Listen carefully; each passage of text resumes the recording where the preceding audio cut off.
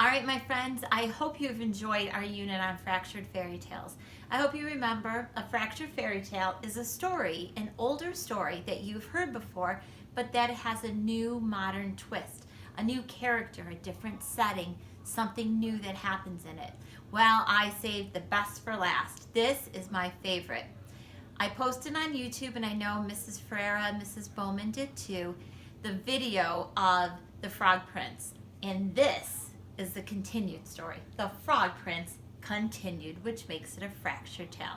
After I read this, I have a really, really cool activity for you to do that I think you're going to love.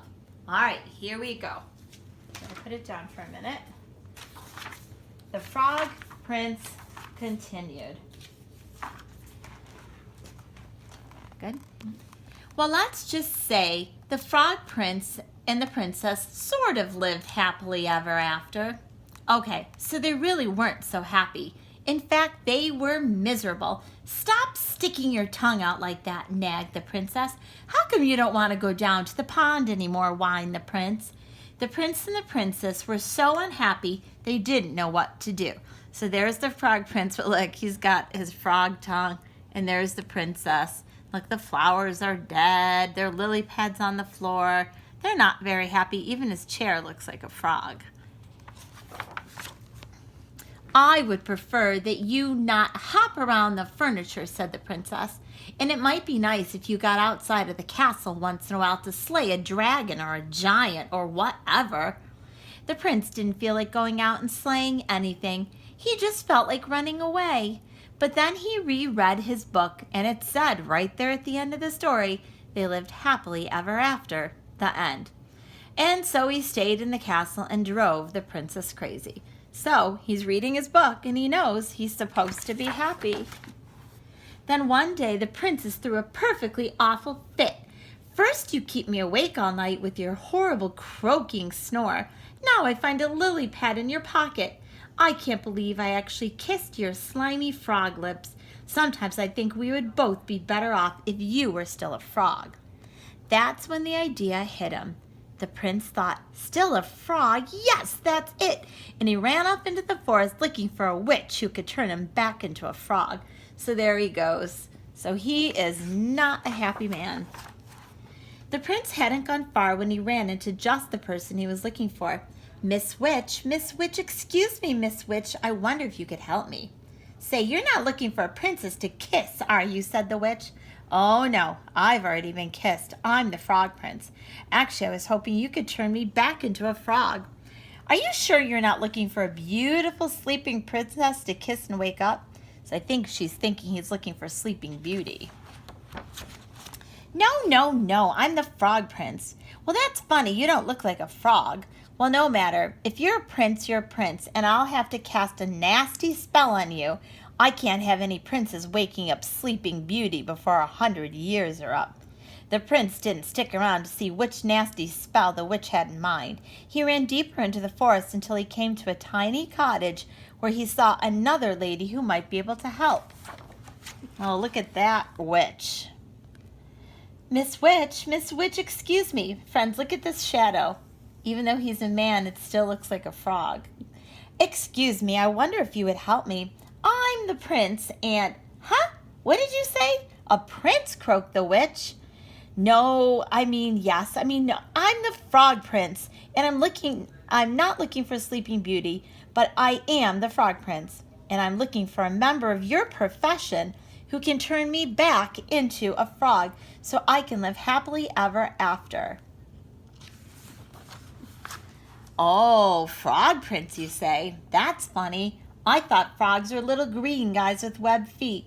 Well, no matter. If you're a prince, you're a prince, and I can't have any princess rescuing Snow White. Here, eat the rest of this apple. Would you eat that apple? I would not eat that apple. The prince, who knew his fairy tales and knew a poisoned apple when he saw one, didn't even stay to say no thank you. He turned and ran deeper into the forest. Soon he came to a strange-looking house with a witch outside. Think Pear-Sheriff for a minute. You can stop my story. What do you think is going to happen next to this poor Frog Prince?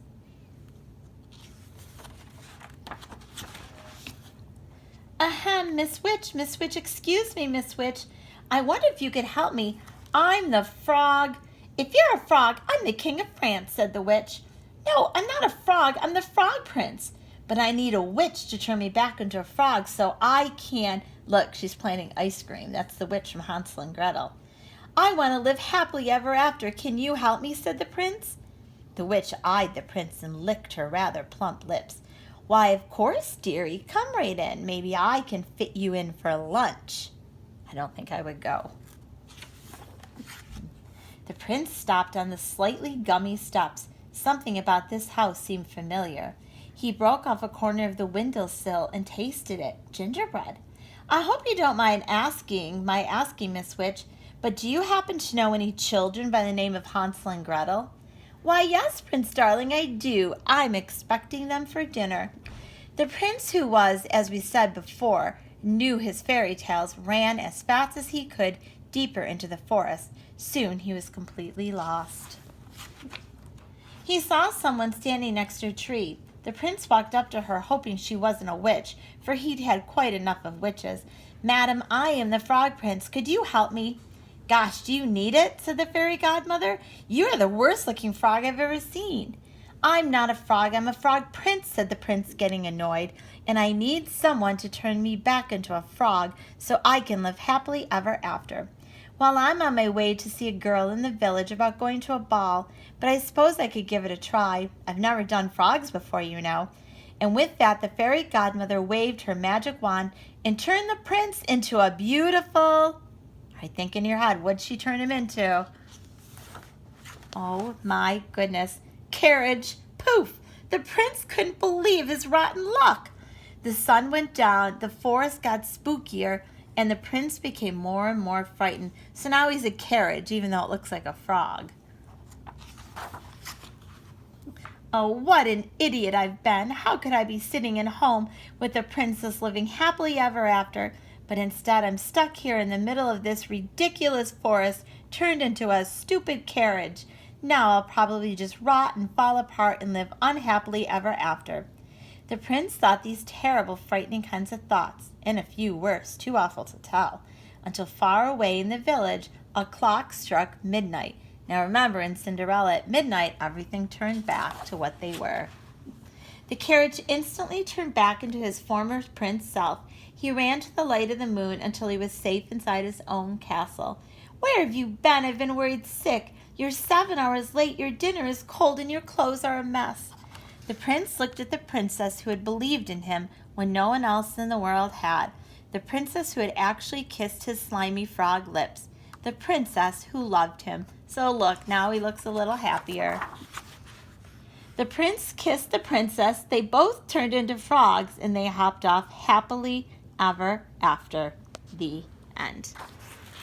Alrighty, so I hope you loved that book. I hope you had fun with our Fractured Fairy Tales. Alright, the next thing we're going to do is learn how to make a toad house.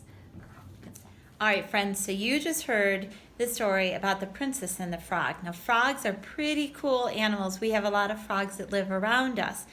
We probably have a lot more toads though than frogs. So I thought it'd be fun to end today's lesson with making your own frog or toad house. So this is a picture of what a toad or frog house is. It's a pot, it's a container, it's something that a frog or a toad can go in so it doesn't get hot, it doesn't dry out. So I have a toad house in the backyard that's made out of a flower pot.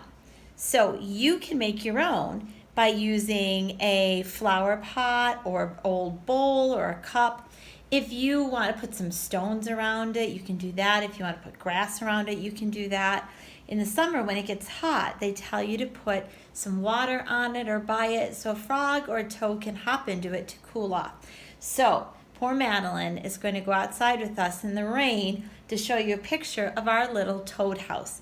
So I hope that after you see mine, this might be something you work on. Ask mom or dad or grandma or grandpa or the grown-up that you're with right now if you could use an old cup, an old bowl, and you want to find a shady spot in your garden or your yard, put a little dirt around it so it's kind of about half buried, and maybe a toad will move into it this summer. All right, so I'm going to put this down. I'm putting my hood up because it's raining pretty hard out. All right, here we go. Let's look at it. Don't fall. All right, so we're going over here.